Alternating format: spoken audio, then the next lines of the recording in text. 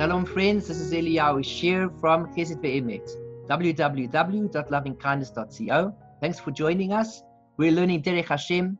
We're on section 3, dealing with the soul, divine inspiration, and prophecy. And we're on point number 4 over here, which is discussing the idea of the prospective students, the prospective person who wants to become a prophet, and what he needs to go through. I'm just going to read through very quickly where we read last week and immediately continue because we went off on a tangent, which was very positive, but we're going to move on immediately. So we begin with the following. Halimud lemis lamdim. This is the study that's necessary for people who want to study to become prophets. V'olam yislemedu hamis lamdim b'nevua b'inyanim yaduim. However, or indeed, the prospective students who wanted to learn about prophecy would learn with all sorts of knowable ways, ma sheyamshich aleihim hashefa elyon, in order to learn how to draw upon themselves the supernal, abundant spiritual energy. V'yivatel meniyot chomer haguf. And when they would go to the school, they would learn about all these things. They would come to learn ultimately to do away with all barriers that hold back on the body from receiving the influx or the flux of energy that comes from Hashem. And then they would draw upon themselves the revelation of the light of Hashem, and how to cleave to Him. And with all of this, there are all the intentions and the mentions of God's holy names, the hilulim and praises, the tehillas, with all sorts of praises and different types of things. And ultimately, they would learn how to permute all the names through all different types of permutations. As an example, what is a permutation? A permutation could be if, for example, one takes a 4-letter name or 4-letter word, or a 4-letter word is good to start with. Let's say the word is Aleph, Beit, Gimel, Dalet, and you can permute it in a total of 24 ways, because the rule is that we work by factorial. So therefore, if a word has 4 letters, you can permute it in 24 different ways. So Aleph, Beit, Gimel, Dalet, we could permute by saying Aleph, Gimel, Beis, Dalet. We could say Aleph, Beis, Dalet, Gimel, Aleph, Gimel, Dalet, Base, and so on and so forth. Beit, Aleph, Gimel, Dalet. You can permute the name a number of different directions, total of 24. So basically what one learns to do is to permute various names in different directions. And through doing all this, one learns ultimately how to free one's mind from general way of thinking and ultimately enter into a state of prophecy. So this is part of the ideas that are used. As we've already discussed before. And according to what they would merit through their deeds, and the person would purify themselves, and they would go in through all of these different ways. So too, according to the efforts that they would put in, so Hashem would come close to them. And so the flow of divine energy would begin, v'yeshpa aleihim, and it would flow upon them, v'yasigu hasagot achar hasagot, and now these people would start to be able to acquire different types of perceptions, one thing after the next, ad sheyagiu ela nevuah, until eventually these people would reach a level of nevuah. This is what would happen to people in those days. This is indeed the process of nevuah. If we could do it today, or if a person wants to do it today, as we discussed in the previous shiur, he feels that he wants to go along this path. It is a very long road. As the story goes, there are two. A particular person came across a young child as he was going through a forest, and while he's making his way through the forest, he sees this child. He says to him, can you tell me how to get out of the forest? And the child says, well, would you like to know the long way or the short way? I have a long way, which is short, and I have a short way, which is long, says the child to this particular individual. So the fellow says, look, I want the short way. Just get me through this mess. That's what I want to do. So the child says, certainly, and he directs the person along the short path. Anyway, the fellow starts walking, and as he starts walking, he finds himself entangled in trees, branches, thorns, all sorts of obstacles along the way. He's going from one obstacle to the next, and after a long, long time, he finally makes it out. When he gets to the other side, guess who's waiting for him? The young child. He looks at the child, he says to the child, how did you get here? How did you get here before me? You directed me, and then you told me that it was a short path, and here you are before me. He says, it's not true. He says, I asked you which path you'd prefer. Do you prefer the path that was short, which is really a long path? Or do you prefer the path that is long, which is really a short path? You see, the longer path was free. You could go along the path. As long as you're prepared to take the path, you can get there. Alternatively, you can take the short path, and you can just simply cut off everything on the route that's on the long side. But as a result of that, you're going to end up on a longer route. There are many people that will discuss and say quick ways of how a person could come to get this level of prophecy. But the truth of the matter is that there's no quick way. Ultimately, a person who tries to take shortcuts along the way, and perhaps he found himself a nice magic book, let's say, if we can call it that. He went to Yesharim, went to one of the stores, he sees that there's a book about how to acquire levels of prophecy, and he thinks if he says these names in this particular way, this and this thing is going to happen. The truth is, first of all, probably it won't happen. And second of all, rest assured that if anything happens and he is using something which he is not supposed to be using, he will be going along the short path, which is really a very long path. And ultimately, he will do danger to himself. So what we're saying over here is to become the prophet, in the real sense of the words, a person has to go along a long path, which will be a short path, if he's prepared to go along the path. What will the path include? It will include the observance of 248 mitzvahs. It will include the refraining of 365 negative mitzvahs. It will include all these different aspects of working on oneself as a human being that shows that one has elevated oneself above the norm of society. A very hard thing to do. Nevertheless, if a person wants to, these are the directions to take, as we discussed last week. Let him open up the Sha'arei Kedusha and start working through it. Let him open up the Ramchal's other work called Mesillat Yesharim, the path of the just, in which he also discusses the path to take in order to acquire Ruach HaKodesh. Now, the Hanavi, this prophet, Hamuvhak, who is an outstanding prophet, V'yodea kavar darchei hanevua, in other words, the teacher, who knows already all the ways of prophecy, al nachon, and he knows it well, Yelamdeim kol echad lefi achanaso. He will come to teach each person according to his preparation. What he needs to do in order to get to this final point, hamavukash, that he wants to get to. So the teacher is going to come along and he's going to direct the students along the path to reach the goal that he wants to get to. Also, when a person gets to the stage when he begins to see things and revelation starts happening to him, Yelamdein Hanavi, the prophet, will begin to teach these things to the students, according to the matter that is revealed to him. Which means to say, when a person has this revelation and he enters the state of prophecy, of course, Ruach HaKodesh we already discussed before, which is much lighter. But even then, when a person progresses along his path, he needs a teacher to guide him so that he's going to reach that final goal. Obviously, when we say a teacher, we mean somebody who himself has traveled the road. He has gone along the long path, which is really a short path. So the teacher will now begin to instruct him and tell him, tell me, what did you see? And the pupil will say, I saw such and such. And the teacher will say, this is a sign of such and such. And now you need to do X, Y, and Z in order to grow further. And whatever is lacking further to these people, minat tachlis, from the purpose of where it is that they really want to go. And behold, it's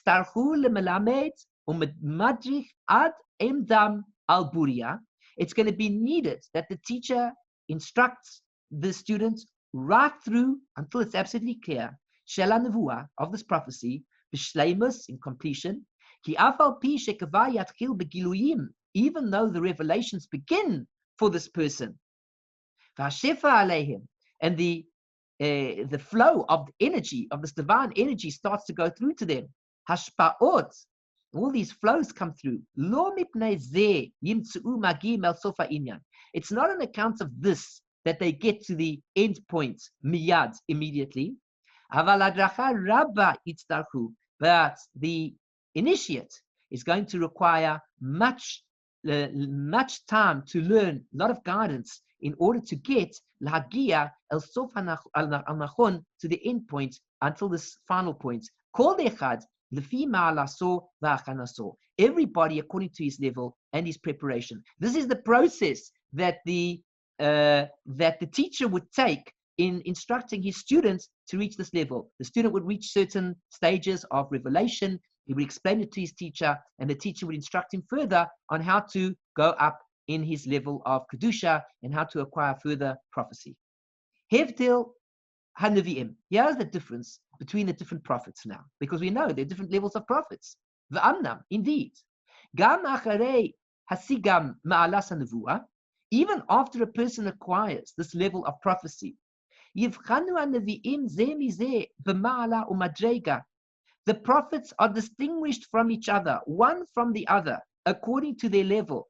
Bein bekamos, bein beichos, whether in their quantity, whether in their quality.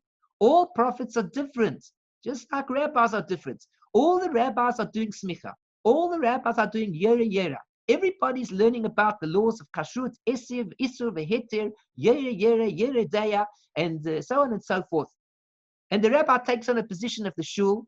It's like the doctors. All the doctors are learning about medicine. They all go and they learn about science and chemistry.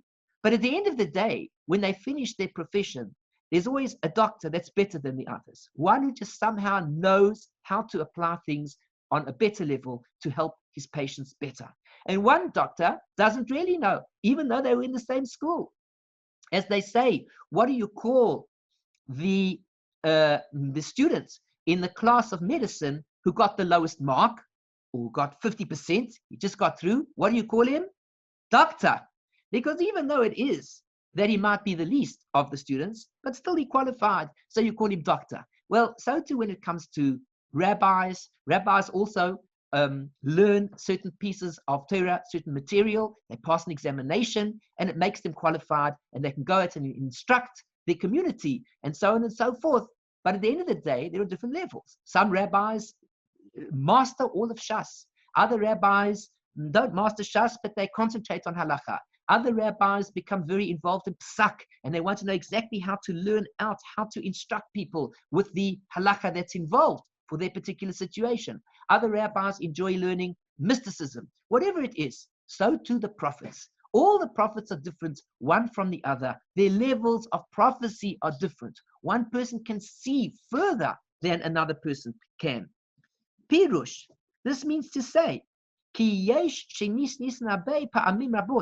a person who will have many prophecies. And then there's a person who doesn't really prophesize all that much. He only prophesies a little bit. One person is engaged in prophecy on a daily basis. He has important things to tell the world. He's got to acquire all sorts of prophecies so that he can help many people. And another person only needs to know small amounts of information relative to whatever it is that he needs to know. We're all different. Don't take it personally. Don't worry about what level you're on. Whatever level you get to in your nevuah is where Hashem wants you to be. One who studies the Gemara in Brachot will see that there's a whole section on dreams, and over there it discusses the dream of a person who sees himself wearing tefillin in a dream, tefillin of the Rosh in particular. And it says over there that if a person sees himself wearing tefillin on his head, he's wearing his tefillin on his head in the dream, he should know that he is deserving that Ruach HaKodesh should descend upon him. Only it is that the generation is not deserving to receive the Ruach HaKodesh that he could bestow to the world. And that is why he is not receiving the Ruach HaKodesh. So therefore, if a person doesn't reach a great high level, it's not because Hashem didn't love him, and this guy, he received a higher level in his Ruach HaKodesh, in his prophecy, but rather, it's sometimes even dependent on the level of generation and what other people are deserving of. And when other people are deserving of a certain measure of prophecy, then this person himself will merit to be the person involved as the prophet to help them. We're all interrelated.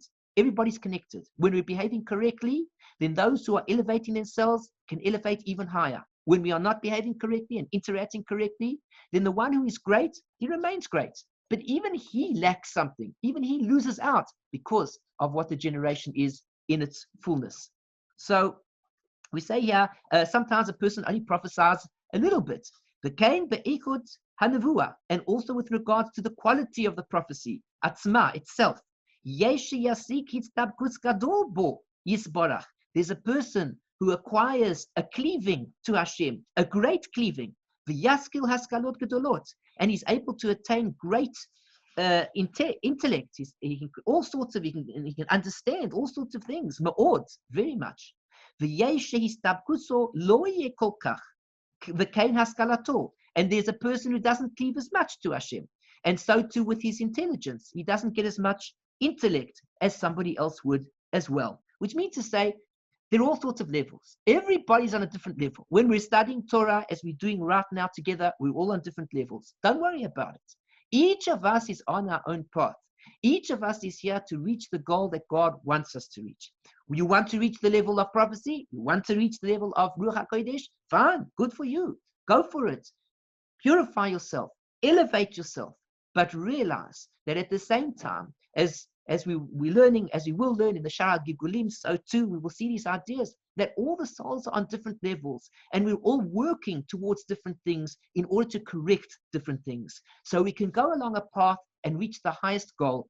And even though we might ourselves not get there, we can elevate ourselves in that direction. And sometimes it can be that the reason that we don't reach that particular level is not because of ourselves. It is because the generation itself is not deserving to receive that holiness and that Torah that we could bring to the world. But in this, all of the people who are involved in prophecy are equal. That they all cleave to Hashem in a way that is recognizable. And the revelation comes from Hashem to them. Nikar aleihim is recognizable to them. Birur, clearly, shelo yistabku bo, and nobody's in doubt about it. Illa she'bistabkus atzmo, but with regards to the cleaving itself, or begiloi, and with revelation, v'haskala, and the intellect that one acquires, yivchanu hamadregos harabot sheyivchanu. All the levels are going to be different in very many great levels, in many great in divisions. That for sure will be different. But one thing that is the same is that when a person acquires prophecy, or a person acquires even Ruach HaKodesh, we're all the same in knowing that we're receiving it. But in terms of the quality, in terms of the quantity, in terms of the power of the Deveikut, in that we all differ according to ourselves. Just like each of us see colors in different ways, even though we might see the same color, nobody can really pinpoint and say that the color I see is exactly what you see. But so too it is with prophecy. We all acquire the levels in accordance with our personal tastes, our personal levels. And we'll leave it at that for today. It's a good point to stop. It's something to strive towards. We should all work on ourselves, elevate ourselves, desire greater levels of holiness, and do more in the area of holiness. Meanwhile, I thank you for joining me. This Eliyahu share from the www.lovingkindness.co. If you've liked this video, please click on the like button, make a positive comment, click on the bell button. Please share this video and let your friends know, let your family know, and what we're doing. We really need support, and we ask you to come and check out our site and become a partner in all the activities that we're involved in. At this point in time, we know that there is a terrible virus in the world. Many of us are in our own homes. We are confined in quarantine, whether willfully, whether through the government, whatever the reason may be, whether because we're not well. Use this time as an opportunity for a number of things. Use it as a time to study Torah. Use it as a time to connect with us if you want, so that we can teach you whatever you want to learn. Let's open up a book and learn together in the best possible way that we can learn. And use it as an opportunity to do further acts of goodness and kindness in any way that you can. So many people today are going to be suffering financially because of the problems that we're experiencing. If you have the means, Get onto a site, find people that need assistance. It's so easy to type somebody's bank details into your account and send through some money and help them, or see their PayPal details, send through something and help them. It's so easy to do so many acts of kindness from the comfort of your home. Use it as an opportunity to do more and to help others more. And in that way, you yourself will receive much reward. Whether you feel it yourself, whether you don't see it now, the reward will certainly come. In the meantime, I thank you very much for joining me, and I hope that I will see you again in another Shi'ur. Feel free to be in touch with me. Visit my site, www.lovingkindness.co. I'm Eliyahu Sher, and I wish you all the best. Shalom, shalom. Bye-bye.